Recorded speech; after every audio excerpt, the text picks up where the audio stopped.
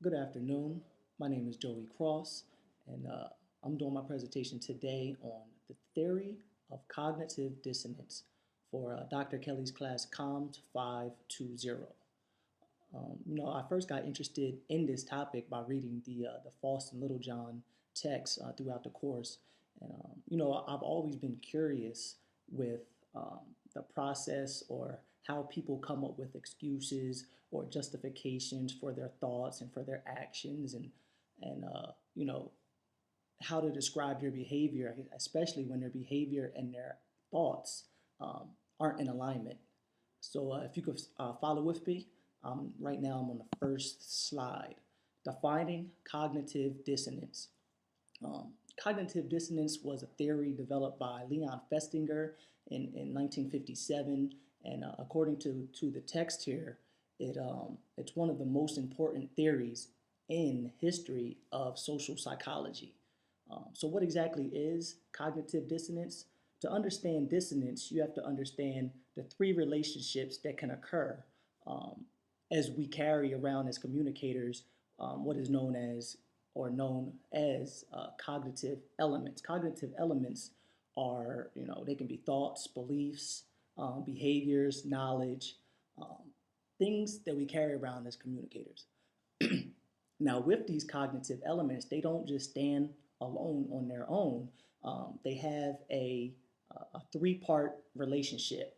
The first being null or irrelevant, meaning that if I have a belief about one thing um, and I have a belief about another thing, but those two beliefs have nothing to do with each other, the relationship is known as irrelevant. For example, say I'm African American and I love football.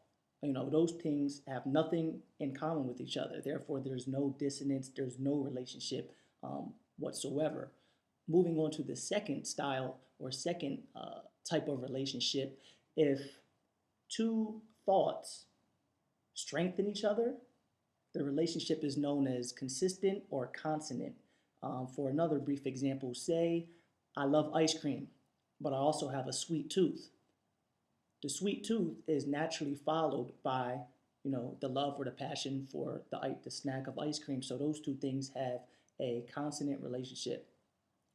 Now, getting to what dissonance is, that's the opposite. When one statement or one behavior or one thought doesn't naturally follow in the progression. For example, with cognitive dissonance, let's say that I'm in the United States Navy, so and I work in the medical field, so I'm all into health and fitness and things of that nature. So say I believe in great health, but I have another thought that says I love to drink alcohol. Those two things don't necessarily follow each other. So with having those two thoughts in the same relationship, there's going to be great dissonance between those two thoughts that are conflicting. And if you stay with me right here on slide 2, the book's definition actually says that cognitive dissonance occurs when there is inconsistency between two cognitions. Um,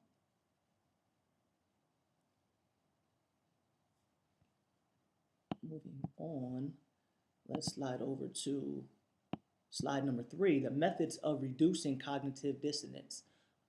And just briefly, I'm reading right from the slide, and then I'll get into, the real life applications of how you reduce cognitive dissonance. One way that you can do it is change one or more of the cognitive elements, add new elements to the relationship, reduce the importance of dissonant elements, seek consonant information, or just simply distort or misinterpret the information altogether.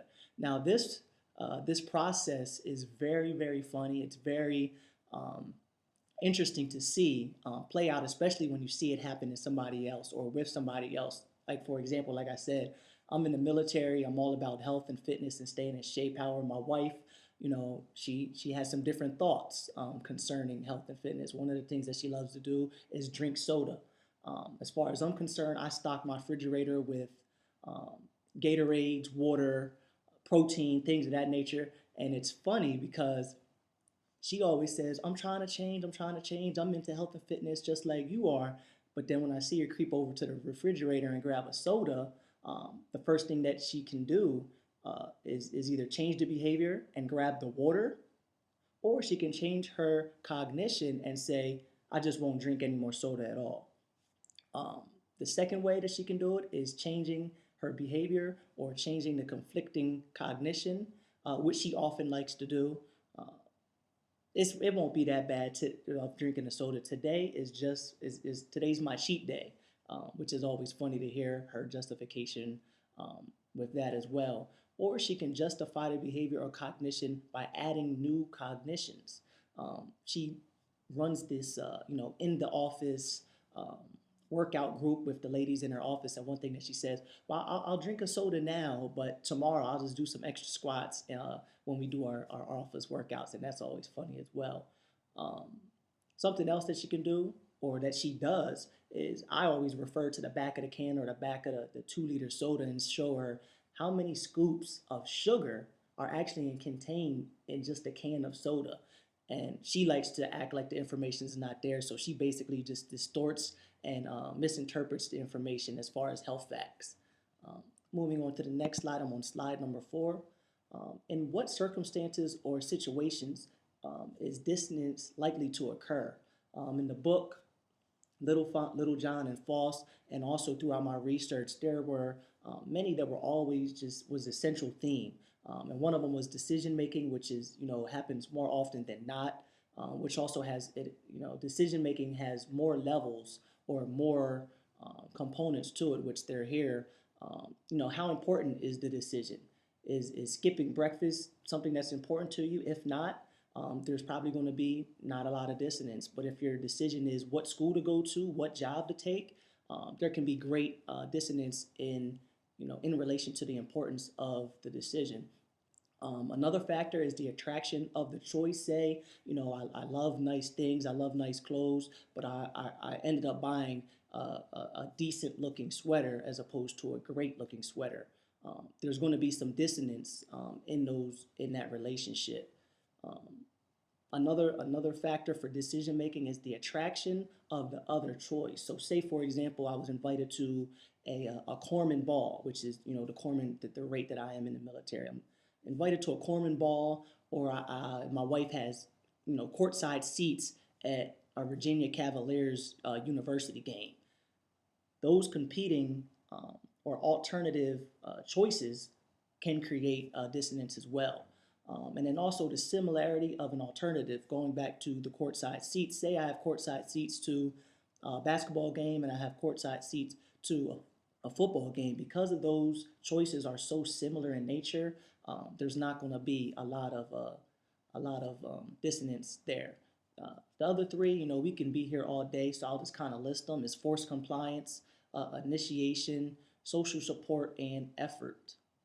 Um, Moving on to another example of cognitive dissonance, which actually goes all the way back to Aesop's fable, The Fox and the Grapes. If you're not familiar with the story, on a sunny day, a fox was thirsty and hungry and saw some nice, fresh fruit hanging from a tree and gave it several attempts trying to grab the fruit. And after so many unsuccessful tries, he kind of just puts his head down in shame and walks away. And rather than admit that he couldn't get them, he changed his stance. He changed the importance of the goal and just said, "Oh, those grapes were probably sour anyway." So that's a great example from literature that shows cognitive dissonance. Um, One more example: my mother, she's a smoker, so she may have knowledge that she wants to smoke a cigarette, and she also knows that uh, smoking cigarettes causes cancer.